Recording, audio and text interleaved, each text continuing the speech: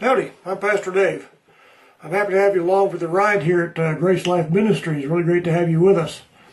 Have you ever done something in your life that was so bad, so wrong, so embarrassing, so disgraceful that you have never been able to outlive it?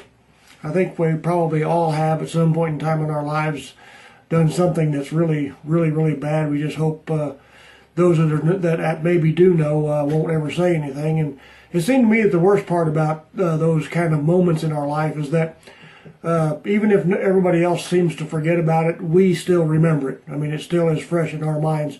And kind of the funniest things in life, you know, will bring it back up again, maybe in the middle of the night or something happens, whatever, and all that guilt and that shame comes back again. As a matter of fact, even the ones who know it, even if they're gone, doesn't make any difference. You still remember it like it was yesterday. So I want to bring you to a story in the New Testament today about a guy that did the same kind of thing. His name is Peter. He did something that that was so bad that he didn't think that Jesus could ever forgive him or that he could ever outlive it himself. So so I want you to kind of hang in there as we talk about this, because I think you're going to find some help here as far as how to get through those kinds of feelings and to understand who God is and what God is really like.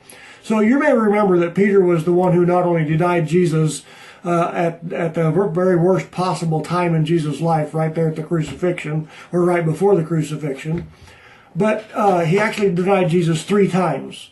And not only did he deny Jesus 3 times, but he actually cussed like the sailor he was as he was denying Jesus. I mean, he was really adamant about it. It was a very embarrassing, very sad kind of a thing for him to try to live with from that point on. So let's jump way ahead, and it's after Jesus' death, burial, and resurrection. And the disciples had already waited in Jerusalem for Jesus to come like he said he would, and they got tired of waiting for him, so they finally just went fishing. They said, let's go fishing. They did that.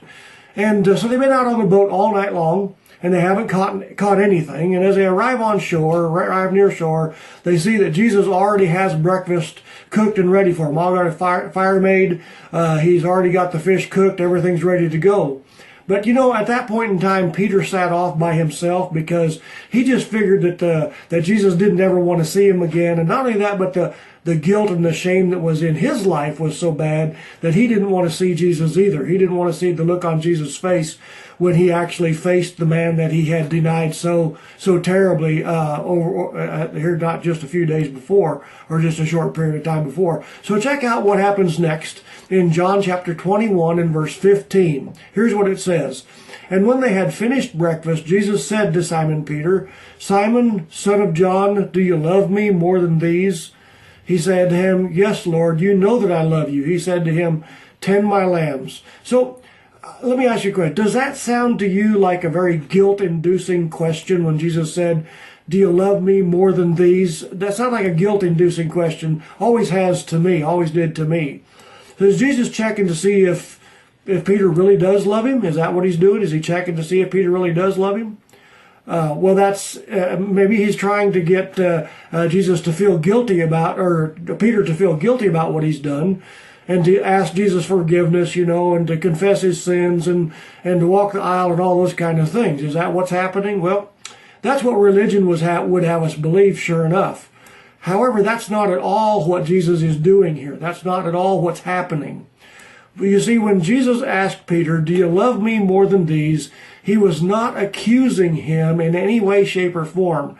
He was not trying to make him feel guilty, to admit his sin, to ask Jesus to forgive him, to make a deeper and a greater commitment to Jesus at that point in time. He wasn't trying to get him to do any of those things like religion would like us to believe, that that's what you're supposed to do. You're supposed to feel guilty for your sin, walk the aisle, rededicate your life, all those different kind of things. But that's not what Jesus is doing here. That's not what happening at all. Instead, all Jesus is doing, Jesus is trying to do here with Peter, is to get Peter to realize that Peter still does love Jesus, and more importantly, that Jesus still loves Peter. Now, he wants both of them to understand that. He wants Peter to understand that Jesus still loves him and that Peter still loves Jesus. So However, the guilt and the shame had really done everything, almost incapacitated Peter's life at this point. He was really kind of a very, all his life was kind of worthless. He was incapacitated, wasn't making any difference in life at all at that point.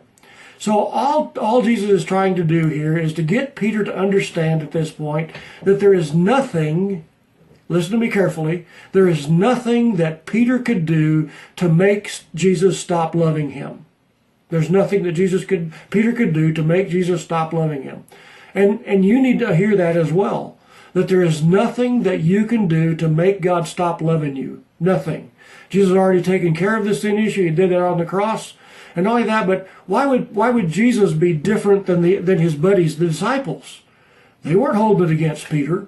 They went fishing with him. They were hanging out with him. Why would Jesus be less than that? He never proved himself to be less than that. He always proved himself to be more than that. So you need to understand that there is nothing that you can do to make God stop loving you. Awesome. Love y'all. Have a great day. Lord bless you.